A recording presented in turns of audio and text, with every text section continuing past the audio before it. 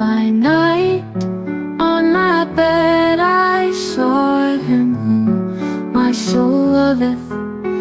I sought him, but I found him not till I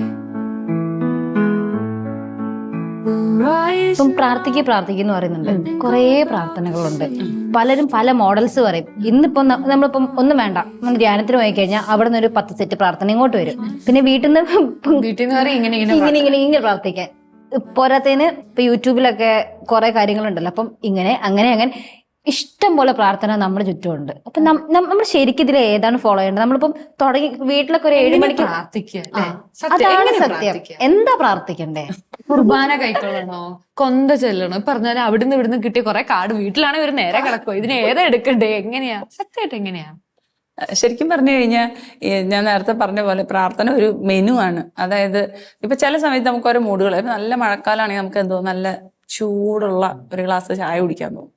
അതേസമയം ഭയങ്കര summer ആണെങ്കിൽ നമുക്ക് എന്ത് തോന്നും, നല്ല ഷെയ്ക്കോ ഐസ്ക്രീമോ ഒക്കെ കഴിക്കണമെന്ന് തോന്നും അല്ലേ. അപ്പം അതുപോലെ നമ്മുടെ മനസ്സിനും ഓരോ അവസ്ഥകളൊക്കെയാണ്. അപ്പം ഇപ്പം നമുക്ക് ഭയങ്കര സന്തോഷമായിട്ടിരിക്കുമ്പോൾ നമുക്ക് പാട്ട് പാടാനും സ്തുതിക്കാനും ആരാധിക്കാനൊക്കെ നമുക്കൊരു വൈബ് ഉണ്ടാവും അല്ലേ. അന്ന് അതേസമയം നമ്മളിങ്ങനെ ഭയങ്കര വിഷമിച്ചിരിക്കുമ്പോൾ ഇങ്ങനെ ഭയങ്കര അങ്ങനത്തെ പാട്ടുകൾ നമുക്ക് പാടാൻ തോന്നും. ആ സമയത്ത് വേണമെങ്കിൽ ദുഃഖത്തിൻ്റെ അങ്ങനെ വല്ല പാട്ടൊക്കെ കേൾക്കുമ്പോൾ നമ്മുടെ മൂടേ മാറി, നമ്മൾ അങ്ങനത്തെ ഹൃദയം അല്ലേ, നമ്മളിങ്ങനെ ഭയങ്കര ലോ ആയിട്ടിരിക്കുന്ന സമയത്താണ് അങ്ങനത്തെ പാട്ടുകളൊക്കെ നമ്മളെ ടച്ച് ചെയ്യുന്നത്. ശരിക്കും പറഞ്ഞ പ്രാർത്ഥന എന്ന് പറയുമ്പം കുറച്ച് കാര്യങ്ങളുള്ളത് നമ്മുടെ ആത്മീയ ജീവിതത്തിന് വളരെ ആവശ്യം വേണ്ടുന്നതായിട്ടുള്ള ഇപ്പൊ വിശുദ്ധ കുർബാനയെ പറ്റിയൊക്കെ പറയുകയാണെങ്കിൽ അത് ശരിക്കും പറഞ്ഞാൽ നമുക്കൊരു പ്രാർത്ഥനയുടെ അപ്പുറത്തേക്ക് ഈ നമ്മൾ സംഭാഷണത്തിൽ നമ്മൾ ആഗ്രഹിക്കുന്ന എന്താ, അതായത് ദൈവം നമ്മൾ ഒന്നാവുന്ന അത്രയ്ക്ക് പറഞ്ഞില്ലെങ്കിൽ എന്താ പറയുന്നത്, ഒരു കണക്ഷൻ ഉണ്ടാവുന്നത്. അപ്പം ശരിക്കും പറഞ്ഞാൽ നമ്മളൊരു ഒരു കല്യാണമൊക്കെ എടുത്തെന്ന് വിചാരിക്കുക.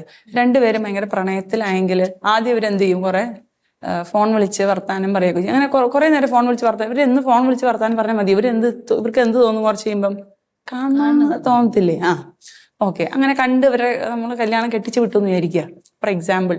അപ്പൊ ഇവരുടെ കല്യാണം കഴിഞ്ഞ് കഴിയുമ്പോൾ പിന്നെ ഇവർക്ക് അതായത് ഒരു എന്താ പറയുന്നത്, സ്നേഹം ഒത്തിരി കൂടിക്കഴിയുമ്പോൾ പിന്നെ അടുത്ത സ്റ്റെപ്പ് എന്താണ്, നമുക്ക് ഒന്നാവണമെന്ന് തോന്നുന്ന അതല്ലേ. ഇപ്പം ഈ ഒരു ടീച്ചിങ് എനിക്ക് കിട്ടിയത് തിയോളജി ഓഫ് ദ ബോഡി വിശുദ്ധ ജോൺ പോൾ രണ്ടാമൻ മാർപ്പാപ്പയുടെ ഇതിൽ പറയുന്ന ഒരു കാര്യമാണ്. അപ്പം ഈ ദൈവത്തിന് ഭയങ്കര ആഗ്രഹമുണ്ട് നമ്മളോട് സംസാരിക്കണം, പ്രാർത്ഥന.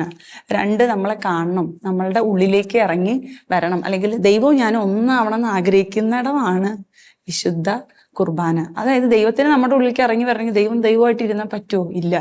ഏത് മനുഷ്യ കുഞ്ഞിനും ഒരു പേടിയില്ലാതെ എല്ലാവർക്കും ഭക്ഷണം കഴിക്കാൻ ഇഷ്ടമാണ് അല്ലേ.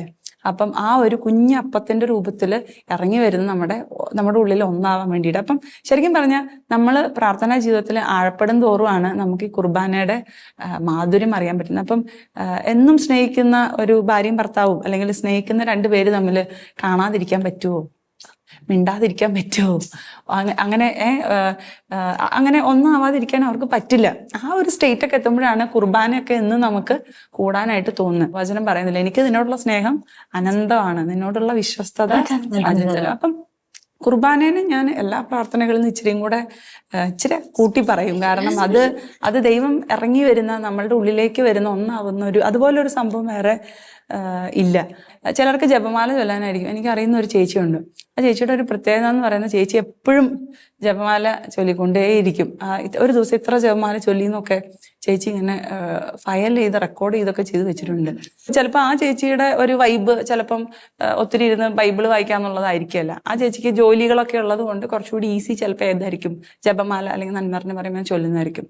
എന്നാൽ ചിലർക്ക് ഇപ്പം എനിക്ക് തോന്നുന്നു ഷാരോണിനൊക്കെ ഒരു ഭയങ്കര പാഷൻ ഉള്ളത് വചനത്തോടാണ്. വചനം എന്ന് പറഞ്ഞു കഴിഞ്ഞാൽ എന്താണ്, ഈശോ തന്നെയാണ്. അപ്പൊ ഈശോയോട് സംസാരിക്കുന്നു, അല്ലെങ്കിൽ വചനം കണ്ണാടിയാണ്. നമുക്ക് നമ്മളെ തന്നെ കാണാനും നമ്മുടെ തെറ്റുകൾ തിരുത്താനും കൂടുതൽ പൂർണ്ണതയിലേക്കൊക്കെ വളരാൻ സഹായിക്കുന്ന ഒരു കാര്യം. ഇനി കുടുംബ പ്രാർത്ഥന ചിലർക്ക് എന്ന് പറഞ്ഞു കഴിഞ്ഞാൽ ചിലപ്പോൾ ഒറ്റയ്ക്കിരുന്നുള്ള പ്രാർത്ഥന അവരുടെ കൂട്ടത്തിൽ നടക്കത്തില്ലായിരിക്കും. അപ്പം അവർക്കൊക്കെ ചിലപ്പം അവർക്ക് ചിലപ്പോൾ നമുക്ക് ചിലപ്പം ബോറിംഗ് ആയിരിക്കും. നമുക്ക് ചിലർക്ക് ഒറ്റയ്ക്ക് പ്രാർത്ഥിക്കാനായിരിക്കും ഇഷ്ടം. എന്തിനിങ്ങനെ കൂട്ടായിട്ടൊക്കെ പ്രാർത്ഥിക്കുന്നത്, ഒറ്റയ്ക്കിരുന്ന് പ്രാർത്ഥിച്ചാൽ പോരെ എന്നൊക്കെ ചിന്തിക്കുന്നവരുണ്ടല്ലോ. അപ്പം പിന്നെ അവിടെ നമ്മൾ കഴിഞ്ഞ ദിവസങ്ങളിലൊക്കെ പറഞ്ഞിരുന്ന പോലെ കുടുംബ പ്രാർത്ഥനയിൽ ഇവരൊക്കെ തമ്മിലുള്ള ഒരു ഐക്യം വരുന്നുണ്ട്, പരസ്പരം ക്ഷമിക്കുന്നുണ്ട്, സ്നേഹിക്കുന്നുണ്ട്. അപ്പം എനിക്കതൊരു പ്രാർത്ഥനയുടെ ഒരു മോഡായിട്ടേ അത് പറയാൻ പറ്റുള്ളൂ. ഇപ്പം ഞങ്ങൾ സന്യസ്തരെ സംബന്ധിച്ചിട്ടാണെങ്കിൽ ഞങ്ങൾക്ക് നമുക്ക് കമ്മ്യൂണിറ്റി പ്രയറുകളൊക്കെ ഉണ്ട്, ഗ്രാമ പ്രാർത്ഥനകൾ, സങ്കീർത്തനങ്ങൾ, ഇതൊക്കെ. അപ്പം ചില സമയത്ത് നമ്മൾ ഫുള്ള് ശ്രദ്ധയോടുകൂടെ ചൊല്ലണമെന്ന് നിർബന്ധമൊന്നുമില്ല അല്ലേ. നമുക്കറിയാമല്ലോ, നമ്മുടെ വീട്ടിൽ പ്രാർത്ഥിക്കാൻ പറഞ്ഞ സുസ്ഥീർത്താൻ അതങ്ങനെ അങ്ങ് നമ്മുടെ മനസ്സ് അവിടെ ഉണ്ടെങ്കിൽ ഇല്ലെങ്കിലൊക്കെ നമുക്കതങ്ങ് വരും.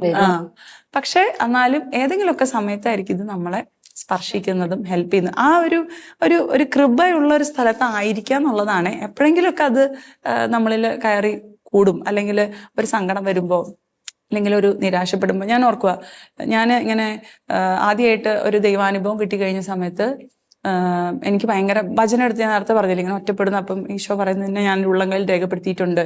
അപ്പം അതുപോലെ ബൈബിൾ വായിച്ചപ്പോൾ കിട്ടിയൊരു വചനമായിരുന്നു, ഭയപ്പെടേണ്ട, ഞാൻ നിന്നോട് കൂടെയുണ്ട്, സംരംഭിക്കേണ്ട, ഞാനാണ് നിന്റെ ദൈവം, ഞാൻ നിന്നെ ശക്തിപ്പെടുത്തുകയും സഹായിക്കുകയും ചെയ്യും, എൻ്റെ വിജയകരമായ വലത്ത് കൈകൊണ്ട് ഞാൻ നിന്നെ താങ്ങി നിർത്തും. അപ്പം ഞാൻ ഈ എല്ലാ പിള്ളേരുടെയും പോലെ ഞങ്ങളാണ് ഫസ്റ്റ് ഗ്രേഡിങ് സംവിധാനത്തിന്റെ ബാച്ച്.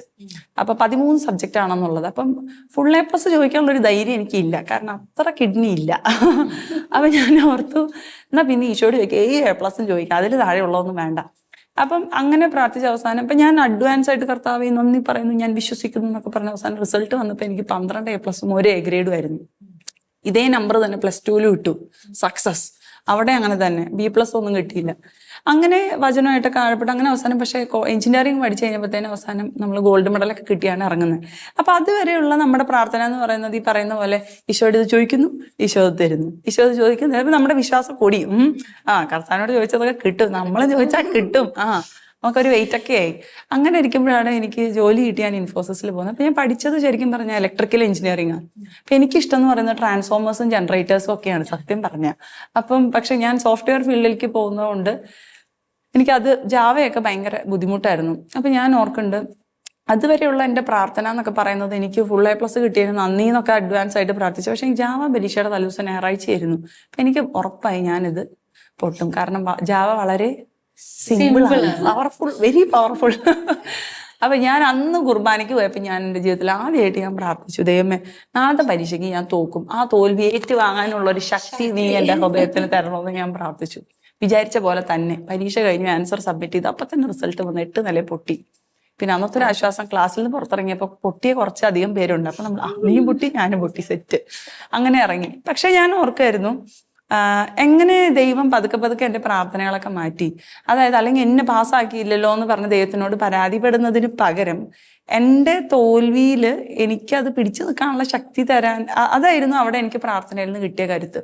ഒരു പക്ഷേ നമ്മൾ പ്രാർത്ഥിക്കുമ്പോൾ നമുക്ക് എല്ലാം വിജയം കിട്ടുന്നു, അല്ലെങ്കിൽ വീട്ടിലൊരു പ്രശ്നവും ഇല്ല, അങ്ങനെയൊന്നും ഒരിക്കലും വിചാരിച്ചേക്കരുത്. ചോദിക്കുന്നു കിട്ടുന്നതിൻ്റെ അപ്പുറത്തേക്ക് ദൈവഹിതത്തിനോട് യെസ് പറയാനായിട്ടും കൂടെ നമ്മളെ ട്രെയിൻ ചെയ്യിപ്പിക്കുന്നുണ്ട്. എന്തുകൊണ്ട് ഇന്നത്തെ തലമുറ ചെറിയൊരു പരാജയം വരുമ്പോഴത്തേനും വിട്ടുപോകുന്നു? അപ്പം ഈ ഒരു കണക്ട് അവർക്കില്ല, അല്ലെങ്കിൽ ഈ ഒരു പ്രാർത്ഥനയിൽ നിന്ന് കിട്ടുന്ന അനുഭവത്തിന്റെ ഒരു ബ്യൂട്ടി അവർക്ക് അറിഞ്ഞുകൂടാ. ഈ ശക്തി നമുക്ക് എവിടെ നിന്നാണ് കിട്ടുന്നത്?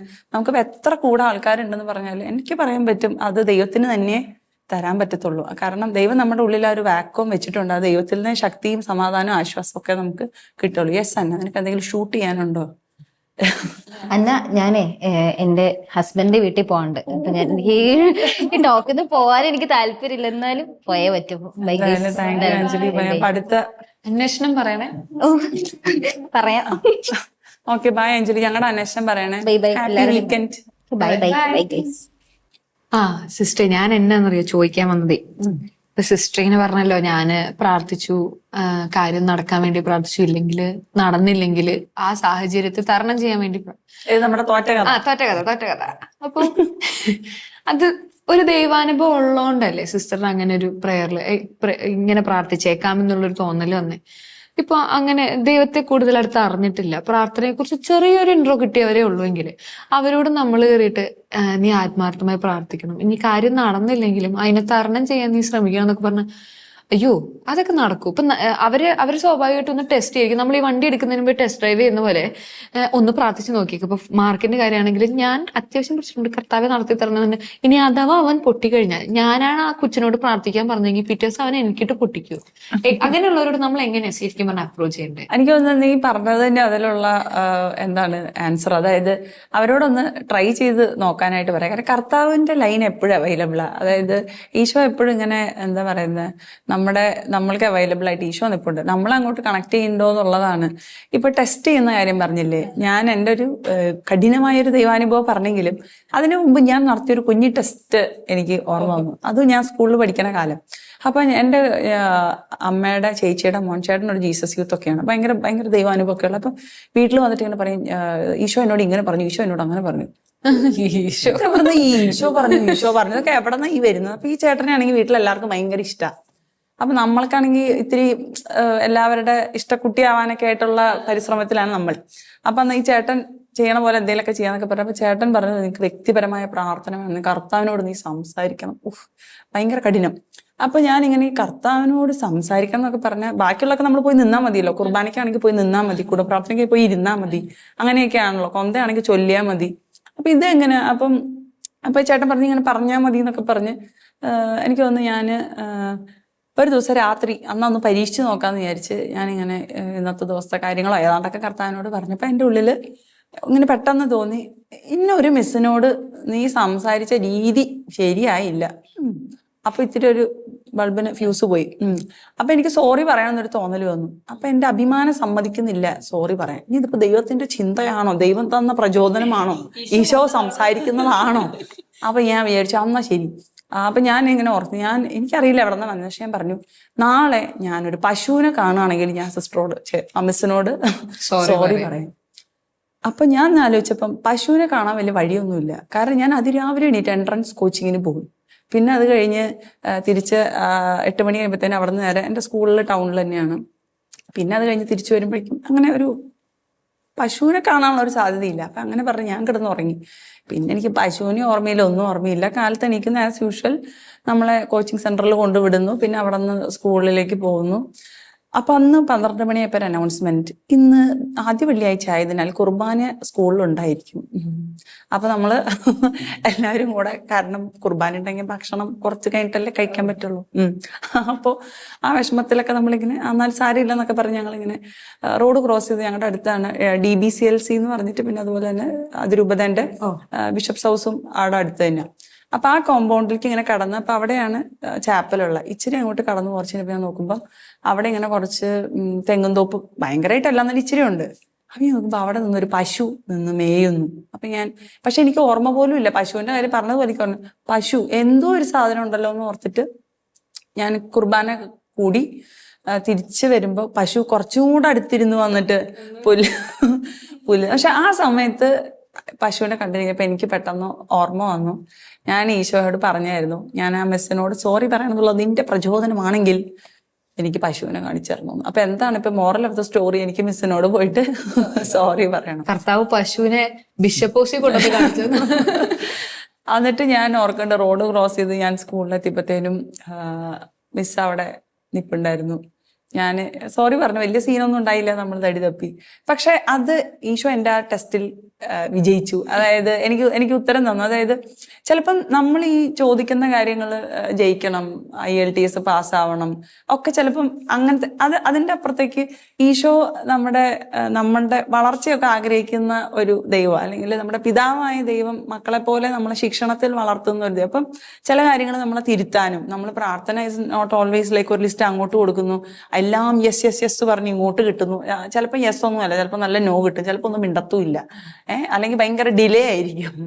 അപ്പം ഈ പറഞ്ഞ എല്ലാ ഉത്തരങ്ങളും ദൈവത്തിൻ്റെ അടുത്ത് നമ്മൾ പ്രതീക്ഷിക്കണം. പക്ഷെ അങ്ങനെ നമ്മളെ വളർത്തുന്ന, ശിക്ഷണത്തിൽ വളർത്തുന്ന ഒരു ദൈവത്തെയാണ് നമ്മളിങ്ങനെ ഈ ദൈവത്തോട് അടുത്ത് ഇടപഴകുമ്പോൾ നമുക്ക് ഫീൽ ചെയ്യുന്ന ഒരു കാര്യം. എനിക്ക് തോന്നുന്നത് ഇങ്ങനെ ഒരു ദൈവാനുഭവം വേണം എന്ന് ആഗ്രഹിക്കുന്നവർ ഒന്ന് ട്രൈ ചെയ്തെങ്കിലും നോക്കണം. അതായത് ഇതൊക്കെ ഇപ്പൊ നമുക്കറിയത്തില്ലേ, ഇന്ന ജംഗ്ഷനിൽ പോയി നിന്ന കോളേജിൽ ഏറ്റവും നല്ല ആൾക്കാരൊക്കെ പിള്ളേർ ഈ വഴിക്കാ വരുന്നത്, അപ്പൊ ഇവിടെ പോയി നിന്ന അത്യാവശ്യം എല്ലാവരെയും കാണാം എന്ന് നമുക്കറിയാലോ. അതുപോലെ ദൈവാനുഭവം കിട്ടാൻ സാധ്യതയുള്ള മേഖലകളിലേക്കൊക്കെ ഒന്ന് നമ്മൾ പോയാൽ ഒന്നുമില്ലെങ്കിൽ ഇപ്പം അതുകൊണ്ടായി ധ്യാനേന്ദ്രത്തിലൊക്കെ പോകുമ്പം കാരണം അവിടെ വൈഫൈക്ക് ഭയങ്കര റേഞ്ചാ എല്ലാം കൊണ്ടും. അവിടെ സക്രാരിയിൽ ഈശോ, മധ്യസ്ഥ പ്രാർത്ഥന, അങ്ങനെ ഒരുപാട് കാര്യങ്ങളുണ്ടല്ലോ, നിത്യാരാധന, സ്തുതിപ്പ് എല്ലാം കൂടെ ആകുമ്പോൾ അവിടെ നമുക്ക് ദൈവാനുഭവം കിട്ടുന്നത്, ഒത്തിരി കിട്ടുന്നത് അതുകൊണ്ടാണ്. അതേസമയം നമ്മൾ ഒറ്റയ്ക്ക് ഇരിക്കുകയാണെങ്കിൽ റേഞ്ച് അത്രയില്ല, നമ്മുടെ സ്വഭാവം കൂടെ അനുസരിച്ചിരിക്കുമല്ലോ.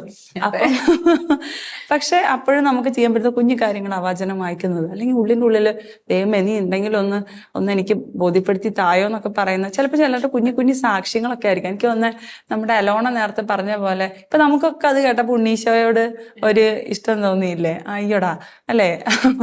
എനിക്ക് ഈ പ്രാർത്ഥന കൂട്ടായ്മകളൊക്കെ നമ്മളെ ഇതിലേക്ക് സഹായിക്കുന്ന അത് യൂത്തിന്റെ തന്നെയാണല്ലോ. അല്ലാതെ ഇങ്ങനെ പ്രാർത്ഥിക്കുന്ന ഒരു സെറ്റ് അമ്മാമ്മമാരുടെയും അങ്കിൾമാരുടെ ആന്റിമാരുടെയും ഒന്നും അല്ലാതെ നമ്മുടെ തന്നെ ഒരു കൂട്ടത്തിലുള്ള, അല്ലെ, അതിൽ നിന്നാണല്ലോ നല്ലൊരു ദൈവാനുഭവം കിട്ടിയത്.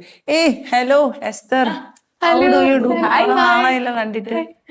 ഞാൻ ഇവിടെയൊക്കെ തന്നെയുണ്ട്. എന്താ ഇവിടെ ഭയങ്കര മാരക ചർച്ച നടക്കുന്നു? ഇങ്ങനെ പ്രാർത്ഥനയോ?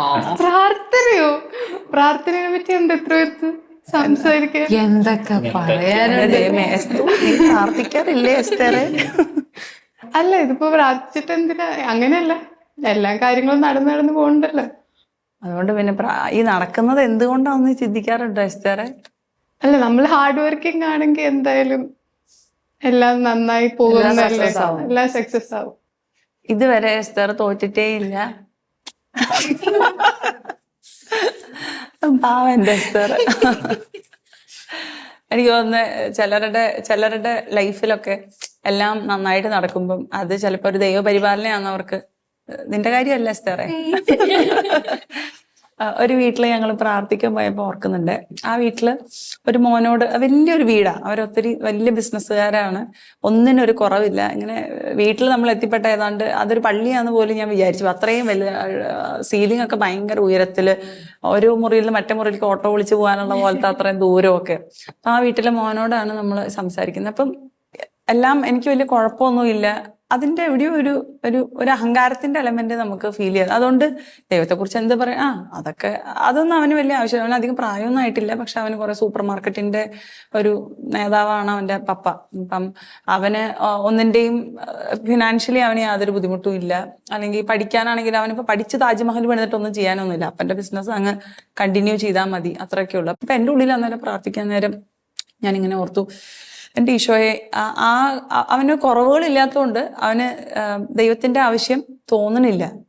അപ്പൊ ആത്മാർത്ഥമായിട്ട് ദൈവം എന്തെങ്കിലും ഒരു കുറവ് ഇവന് കൊടുക്കണേന്നുള്ളതല്ല, പക്ഷെ ഈശോയെ നിന്നെ കൊടുക്കാൻ എന്തെങ്കിലും ഒരു കാര്യം നീ കാണിച്ചു തരണേന്ന് ഞാനിങ്ങനെ പ്രാർത്ഥിച്ചു. കാരണം വേറൊന്നും പറഞ്ഞിട്ടും സംസാരിച്ചിട്ടൊന്നും ആൾക്കൊരു അനക്കവും കുലുക്കവും ഒന്നും വരുന്നില്ല. കാരണം നമ്മളെ കുറച്ചു നേരത്തേക്ക് മാത്രം അങ്ങനെ ഒരു വീട്ടിൽ പോയി പ്രാർത്ഥിച്ചിട്ട് തിരിച്ചു വരുന്നു. പക്ഷെ ആ സമയത്ത് ഇങ്ങനെ പ്രാർത്ഥിച്ചപ്പം അവൻ വിചാരിക്കാത്ത അവന്റെ ബിസിനസ് മാനേജ്മെന്റിൽ അവനുള്ള ഒരു കുറവ്, അവൻ സ്ട്രഗിൾ ചെയ്യുന്ന ഒരു സാധനം ഈശോ കാണിച്ചു തന്നു. അപ്പൊ അവൻ ഓക്കെ, അങ്ങനെയാണെങ്കിൽ ബിസിനസ് അപ്പൊ കാണിച്ചു തന്നതാണ്. ഒരു പരമ്പരാഗതമായിട്ട് വരുമ്പോ അപ്പനേക്കാളും മോന്റെ കയ്യിൽ ബിസിനസ് എത്തുമ്പം ഒരു ടെൻഷൻ ഉണ്ടാവുമല്ലോ മോന്, എനിക്ക് അപ്പന്റെ പോലെ ബിസിനസ് കൊണ്ടുപോകാൻ പറ്റുമോ? അപ്പൊ അങ്ങനത്തെ ഒരു സാധനം, അതിന്റെ ഉള്ളിൽ വേറൊരു സാധനത്തിൽ ഇവനിങ്ങനെ സ്ട്രഗിൾ ചെയ്തുകൊണ്ടിരിക്കുക. ആ ഒരു കാര്യം ഈശോ കാണിച്ചു തന്നെ. അപ്പൊ എനിക്ക് അമ്പടെ മോനെ പൊളിച്ചു, കിട്ടി, എന്തെങ്കിലും ഒരു സാധനം കിട്ടി. കാരണം അവിടെ വേണമല്ലോ എനിക്ക് അവന് ഈശോയെ കൊടുക്കാൻ. അപ്പം ആ ഒരു കുഞ്ഞു കാര്യം ഈശോ കാണിച്ചു തന്നതിലാണ് അവനോട് പറഞ്ഞ് അവിടെ അവനൊന്ന് കുറച്ചുകൂടെ എന്നെ പറയുന്നത്, കുറച്ചുകൂടെ ഒന്ന് എളിമപ്പെട്ടു. ഇങ്ങനെ പറയില്ലേ, CCCയിൽ പറയുന്ന ഒരു കാര്യമുണ്ട്, വിനയമാണ് പ്രാർത്ഥനയുടെ അടിത്തറ. നമ്മിൽ തന്നെ ആശ്രയിക്കുമ്പോൾ ചിലപ്പോൾ ഒരു പക്ഷെ നമുക്ക്, അല്ലെങ്കിൽ എല്ലാം നന്നായി പോകുന്നുണ്ടെങ്കിൽ നമുക്ക് ഇതൊന്നും തോന്നില്ല. പക്ഷെ എന്തെങ്കിലും ഒരു കുറവ് വരുന്നിടത്താണ് നമ്മളെ തന്നെ നമ്മളെ തന്നെ താഴ്ത്തി. അപ്പൊ അവിടെയാണ്, ആ കുറവിലാണ് അവനത് തിരിച്ചറിയാൻ പറ്റിയിട്ടുണ്ടായിരുന്നില്ല അത്രയും നാള്. അത് പറഞ്ഞു കഴിഞ്ഞപ്പോ അവന് കത്തി. അപ്പൊ അവൻ പറയുന്നുണ്ട്, ശരിയാ സിസ്റ്റർ, എനിക്ക് ആ ഒരു ഏരിയയിൽ പ്രശ്നമുണ്ട്. അപ്പൊ ഞാൻ ഒരു ബിസിനസ് സ്ട്രാറ്റജി ഈശോ പറഞ്ഞു കൊടുക്കുന്ന പോലെ അവന്റെ അടുത്ത് അവിടെയാണ് ഞാൻ പ്രാർത്ഥനയുടെ എലമെന്റ് കയറ്റിയത്. അപ്പൊ ഞാൻ പറഞ്ഞു, എന്നും നിന്റെ സൂപ്പർ മാർക്കറ്റിലേക്ക് പോകുന്നതിന് മുമ്പ് നീ ഇങ്ങനെ ഒന്ന് പ്രാർത്ഥിക്കൂ, ഒരു നന്മ പറഞ്ഞ പറയുമ്പോ എങ്കിലും, എന്നിട്ട് നീ ഒന്ന് നോക്ക്, അല്ലെങ്കിൽ ആൾക്കാർ. അപ്പൊ ഞാൻ ഓർക്കുക, ഈശോ ഇസ് നോട്ട് ജസ്റ്റ് എന്താ പറയുന്നത് ഇങ്ങനെ മുടിയും വളർത്തി ഷോൾ ഇട്ട് നടക്കുന്ന ഒരാൾ മാത്രമൊന്നുമല്ല. ഈ ബുദ്ധിയും ഈ കഴിവൊക്കെ തന്നത് ആരാ? ദൈവം. അപ്പം ഒരു ബിസിനസ് എങ്ങനെ നന്നായിട്ട് മാനേജ് ചെയ്യണമെന്നും എങ്ങനെ ഫ്ലറിഷ് ചെയ്യണമെന്നും എങ്ങനെ പഠിപ്പിക്കണമെന്നും എങ്ങനെ PhD എടുക്കണമെന്നും എങ്ങനെ നന്നായിട്ട് പിള്ളേരെ പഠിപ്പിക്കണമെന്നും എങ്ങനെ CA പാസ്സാവണമെന്നും ഇതൊക്കെ തരാൻ പറ്റുന്നതും ഏറ്റവും നന്നായിട്ട് ഇതെല്ലാം സോൾവ് ചെയ്ത് തരാൻ പറ്റുന്ന ആളും ഈശോയ. അപ്പം അന്ന് ആ ഒരു കാര്യത്തിൽ അവൻ ഈശോയെ കൊടുത്തിട്ട് തരാനായിട്ട് എനിക്ക് പറ്റി. അപ്പം ഞാൻ ഓർക്കായിരുന്നു അന്ന്. പക്ഷെ ഞാൻ ആത്മാർത്ഥമായിട്ട് ദൈവത്തിനോട് നന്ദി പറഞ്ഞു, എനിക്ക് എൻ്റെ ജീവിതത്തിൽ പ്രശ്നങ്ങൾ ഉള്ളതുകൊണ്ട്. കാരണം എൻ്റെ ജീവിതത്തിൽ എന്തെങ്കിലും ഒരു കുറവില്ലായിരുന്നെങ്കിൽ ഒരു പക്ഷേ ഞാൻ ഈ ദൈവത്തെ കണ്ടെത്തില്ലായിരുന്നു. ഞാൻ അഹങ്കരിച്ചു പോയേനെ. ഞാൻ എൻ്റെ എന്ന് പറഞ്ഞ ആ രീതിയിൽ പോയി കഴിഞ്ഞാൽ വീഴാൻ ഭയങ്കര എളുപ്പം. അഹങ്കാരിയുടെ പ്രാർത്ഥന, പാപിയുടെ പ്രാർത്ഥന ദൈവം കേൾക്കുന്നില്ല എന്നൊക്കെ വചനങ്ങളിൽ നമുക്ക് കാണാനായിട്ട് പറ്റും. അങ്ങനെ ഒരു പ്രശ്നമില്ലാന്ന് തോന്നുന്നവർക്ക് നമുക്ക് ഇവിടെയാണ് CCCയിൽ വേറൊരു പ്രാർത്ഥനയെ പറ്റി പറയുന്നത്. അങ്ങനെയുള്ളവർക്ക് വേണ്ടിയിട്ട് അവർക്ക് ദൈവാനുഭവം കിട്ടാൻ വേണ്ടിയിട്ടുള്ള പ്രാർത്ഥനയാണ് മധ്യസ്ഥ പ്രാർത്ഥന. എന്നെ ഇതുപോലെ തന്നെ ഭയങ്കരമായിട്ട് പിടിച്ചു കുലുക്കിയിട്ടുള്ള ഞാൻ സ്കൂളിൽ പഠിക്കുന്ന സമയത്ത് ഞങ്ങളുടെ പള്ളിയുടെ അടുത്തുള്ള ഒരു സ്കൂള്, നിർമ്മല മാത സ്കൂളിൽ അവർ കണ്ടക്ട് ചെയ്ത ജീസസ് യൂത്തിന്റെ റെക്സ് ബാൻഡ് എന്ന് പറഞ്ഞിട്ടുള്ളൊരു മ്യൂസിക്കൽ ബാൻഡ് ഉണ്ട്. അവരുടെ ഷോ ആയിരുന്നു. അപ്പം നമ്മുടെ പാട്ടുകാരനില്ലേ അൽഫോൺസ് ചേട്ടനാണ് അന്ന് അവരുടെ ഫുൾ ടീമായിരുന്നു വന്നിട്ടുണ്ടായിരുന്നത്. അപ്പൊ അന്ന് അൽഫോൺസ് ചേട്ടൻ ഷെയർ ചെയ്ത, അത് കൃത്യമാണെന്ന് അറിയത്തില്ല, പക്ഷെ ഞാൻ ഇപ്പോഴും ഓർക്കുന്നുണ്ട്, അൽഫോൺസ് ചേട്ടന് പപ്പയില്ല. അപ്പൊ വീട്ടിൽ ഭയങ്കര ഫിനാൻഷ്യലി ആണോ എന്തോ ഭയങ്കര ബുദ്ധിമുട്ടിൽ കൂടെ പോയിക്കൊണ്ടിരിക്കുക. അപ്പൊ അന്നേരം ചേട്ടൻ ഇങ്ങനെ ആലോചിക്കുന്നുണ്ട്, എൻ്റെ വീട്ടിൽ എൻ്റെ പപ്പ ഉണ്ടായിരുന്നെങ്കിൽ ഇങ്ങനെ സംഭവിക്കില്ലായിരുന്നല്ലോ എന്നുള്ളൊരു സാധനം. അന്ന് രാത്രി എന്തോ പുള്ളി ഇങ്ങനെ ഇരുട്ടത്ത് കിടന്ന് കരയുവാണ്. എന്നിട്ട് പറഞ്ഞു, ദൈവമേ നീ ജീവനുള്ള ദൈവമാണെങ്കിൽ എനിക്കത് മനസ്സിലാക്കി താ, അല്ലെങ്കിൽ നീ എൻ്റെ കാര്യത്തിൽ ശ്രദ്ധാലുവാണെന്ന് എനിക്കൊരു ബോധ്യം നീ താന്ന് പറഞ്ഞ് ഈ പുള്ളി ഇങ്ങനെ കൈ നീട്ടിന്നാണ് എൻ്റെ ഓർമ്മ കേട്ടോ. അപ്പൊ ഈ കൈ നീട്ടി കഴിഞ്ഞപ്പോൾ ആള് പറയുന്നത് ആ രാത്രിയിൽ ആ കരഞ്ഞ് ഈ ഫെൽറ്റ് ലൈക്ക് ഒരു അപ്പന്റെ കൈ വന്നിട്ട് ഇങ്ങനെ ആ കരം ചേർത്ത് പിടിച്ച ഒരു അനുഭവം. അപ്പം ഞാനും അങ്ങനെ കൈ നീട്ടിയൊക്കെ നോക്കിയിട്ടുണ്ടെങ്കിലും എനിക്ക് ആ അനുഭവം കിട്ടിയിട്ടില്ല. പക്ഷെ എനിക്ക് മനസ്സിലാവുന്ന പോലെ കർത്താവ് വ്യക്തിപരമായിട്ട് വേറെ ഒരു രീതിയിലാണ് ഇടപെട്ടത്. ഇതൊക്കെ എന്താ പറയുന്നത്, പ്രാർത്ഥന പലതരം, നമുക്ക് ഇഷ്ടമുള്ളത് എപ്പോൾ വേണമെങ്കിലും എടുത്ത് അപ്ലൈ ചെയ്യാം. ബൈബിളിൽ പറയുന്ന ഒരു കാര്യം മാത്രമേ ഉള്ളൂ, എല്ലായ്പ്പോഴും സന്തോഷത്തോടു കൂടെ ഇരിക്കുക, ഇടവിടാതെ പ്രാർത്ഥിക്കുക, എല്ലാ കാര്യങ്ങളിലും നന്ദി പ്രകാശിപ്പിക്കുക. ഇതാണ് നിങ്ങളെക്കുറിച്ചുള്ള ദൈവഹിതം. അപ്പൊ ഞാൻ ഓർക്കുന്നുണ്ട്, ചില സമയത്ത് നമുക്ക് പ്രാർത്ഥിക്കാനും തോന്നില്ല. ചില സമയത്ത് നമ്മളിങ്ങനെ ഒരു നെടുവീർപ്പ് പോലെയാണെങ്കിൽ പോലും പറയുന്നുണ്ട് റോമാക്കാർക്ക് എഴുതിയ ലേഖനത്തില്, വേണ്ട വിധം പ്രാർത്ഥിക്കേണ്ടത് എങ്ങനെയെന്ന് നിങ്ങൾക്ക് അറിഞ്ഞുകൂടാ, എങ്കിലും അവാജ്യമായ നെടുവീർപ്പുകളാൽ ആത്മാവ് നിങ്ങൾക്ക് വേണ്ടി മാധ്യസ്ഥം വഹിക്കുന്നു. അപ്പം നമ്മുടെ ഒരു നെടുവീർപ്പ് പോലും എന്താണ്, സ്വർഗത്തിലേക്കുള്ള ഒരു പ്രാർത്ഥനയാണ്. കൊച്ചു ത്രേസ്യ പുണ്യവതി പറയുന്നുണ്ട്, സ്വർഗത്തിലേക്കുള്ള ഒരു നോട്ടം. ഞാൻ നേരത്തെ പറഞ്ഞ പോലെ വിശുദ്ധ ജോൺ പോൾ രണ്ടാമൻ മാർപ്പാപ്പ പറയുന്നുണ്ട്, നമുക്ക് പ്രാർത്ഥിക്കണം എന്നുള്ളൊരു ആഗ്രഹം പോലും, that desire also itself is a prayer. അങ്ങനെയാണെങ്കിൽ നമുക്ക് ഇങ്ങനെ കഷ്ടപ്പെട്ട് പ്രാർത്ഥിക്കാതെ ഇഷ്ടപ്പെട്ട് പ്രാർത്ഥിക്കാനൊന്ന് നോക്കിയാലോ. എനിക്ക് ഒരു അനുഭവം ഉണ്ട്. അതായത് ഞാനൊരു 7-8 പഠിക്കുന്ന സമയത്താ, അന്ന് എന്റെ ഫാദർ അബുദാബിയിലായിരുന്നു വർക്ക് ചെയ്യുന്നത്. അപ്പൊ ആ സമയത്തെ കുറെ എംപ്ലോയീസിനെ പിരിച്ചുവിടുന്ന ഒരു പരിപാടി ഉണ്ടായിരുന്നു, അവിടുത്തെ റെസിഡന്റ് അല്ലാത്തവരെ. അപ്പോ ഞങ്ങളുടെ ഫാമിലി ഡിപ്പെൻഡ് ചെയ്യുന്ന എന്റെ ഫാദറിന്റെ വർക്കിലാണ്. അപ്പൊ ആ സമയത്ത് എന്റെ അനീത്തി മറ്റേ ഈ തിരുബാലസഖ്യം പിള്ളേർക്ക് ഒരു വൺ ഡേ ധ്യാനം ഉണ്ട്. അത് കഴിഞ്ഞ് വീട്ടിലോട്ട് വന്നിട്ട് കുരുക്കഴിക്കുന്ന മാതാവിന്റെ പ്രാർത്ഥനയ്ക്ക് ഭയങ്കര ശക്തിയാണ്. അതിന് മുന്നേ ഞങ്ങൾ വീട്ടിൽ അതൊക്കെ ചെല്ലലുണ്ട് കേട്ടോ. അപ്പോ ഒരു ദിവസം എന്റെ അച്ഛൻ വൈകുന്നേരം വിളിച്ചിട്ട് പറഞ്ഞു, മോനെ നിങ്ങൾ പ്രാർത്ഥിക്കണേ, ഇന്ന് രാത്രി കൊണ്ട് അറിയാൻ പറ്റും ആരൊക്കെ പിരിച്ചു പോകും. എന്റെ അപ്പന്റെ വലിയൊരു ആഗ്രഹമായിരുന്നു. അതായത് ഞാൻ വർക്ക് ചെയ്യുന്ന HSBC ബാങ്കിലാണ് വർക്ക് ചെയ്യുന്നത്. ഞാൻ വർക്ക് ചെയ്യുന്ന ബാങ്കിൽ നിന്ന് ഞാൻ പോരാതെ അതെന്നെ പിരിച്ചുവിടരുത് എന്നുള്ള ആഗ്രഹം. അങ്ങനെ ഇരിക്കുന്ന സമയത്താണ് നമ്മളോട് ഇങ്ങനെ പ്രാർത്ഥിക്കുന്ന കാര്യം പറഞ്ഞപ്പോ ഞങ്ങളിങ്ങനെ പ്രാർത്ഥിക്കുന്ന എല്ലാവരും കൂടെ, ഈശോയെ ഇങ്ങനെ പോയല്ലേ, ഒന്നും പറ്റില്ല. അപ്പം എന്റെ അനിയത്തിയോളം കുരുക്കഴിക്കുന്ന മാതാവിന്റെ പ്രാർത്ഥന നമുക്ക് ചെല്ലാന്നുണ്ട്. അത് ഇത്രയേ ഉള്ളൂ കേട്ടോ. അപ്പൊ ഞങ്ങൾ കുരുക്കഴിക്കുന്ന മാതാവിന്റെ പ്രാർത്ഥന വന്നിട്ട് ഈ പറഞ്ഞാലെ കെട്ടിവെച്ചിരിക്കുന്ന ഒരു സെറ്റ് പ്രാർത്ഥനകൾക്കകത്തുനിന്ന് തപ്പിപ്പിടിച്ചത് എടുത്തുകൊണ്ട് വന്നിട്ട്, അന്ന് നമുക്ക് ശരിക്കും ടെൻഷൻ ഉണ്ടല്ലോ. അന്ന് ഈ പ്രാർത്ഥന ഓരോ വരെ എടുത്ത് ചെല്ലിയപ്പോഴും ഇത് തന്നെ ഭയങ്കര പവർഫുൾ പ്രാർത്ഥനയാന്നുള്ളത് അതുവരെ ഞാൻ ചൊല്ലിക്കൊണ്ടിരുന്നതാണേ. ഇപ്പൊ കന്യകാമറിയമേ, സ്നേഹവും കരുണയും നിറഞ്ഞ ഹൃദയവും മക്കളുടെ സഹായത്തിനായി എപ്പോഴും കർമ്മല നിരതമാകുന്ന കൈകളുള്ള മാതാവേ, എന്റെ ജീവിതത്തിലെ കുരുക്കുകളെ നിന്റെ കരുണ നിറഞ്ഞ കരങ്ങളാൽ കടാക്ഷിക്കണമേ. നിന്റെ കൈകൾ കഴിക്കാനാവാത്ത കുരുക്കുകളില്ലല്ലോ. കരുത്തുറ്റ മാതാവേ, നിന്റെ കൃപയാലും നിന്റെ മകനും എന്റെ വിമോചകനുമായ ഈശോയുടെ നിന്റെ മാധ്യസ്ഥ ശക്തിയാലും ഈ കുരുക്ക് കയ്യിലെടുക്കണമെന്ന് പറഞ്ഞിട്ടാണ് ഈ പ്രാർത്ഥന.